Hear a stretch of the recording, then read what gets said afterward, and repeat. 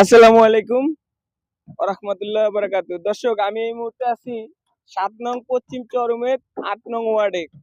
এই খালগোড়ার থেকে এটা লঞ্চ ঘাট গেছে। আপনি সামনের দিকে দেখাও, এদিক দেখাও, এই দেখাও। হ্যাঁ, এই যে এদিকে গেছে লঞ্চ ঘাট। পুরো রাস্তাটা আপনার এরকম অবস্থা।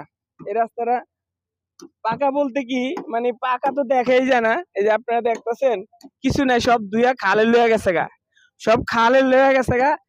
এখন এই এলাকার জনগণের খুব কষ্ট, লঞ্চ থেকে নাইমা বাড়িতে যায়া দেখা যাইতেছে ফ্যান ফ্যান আর থাকে না।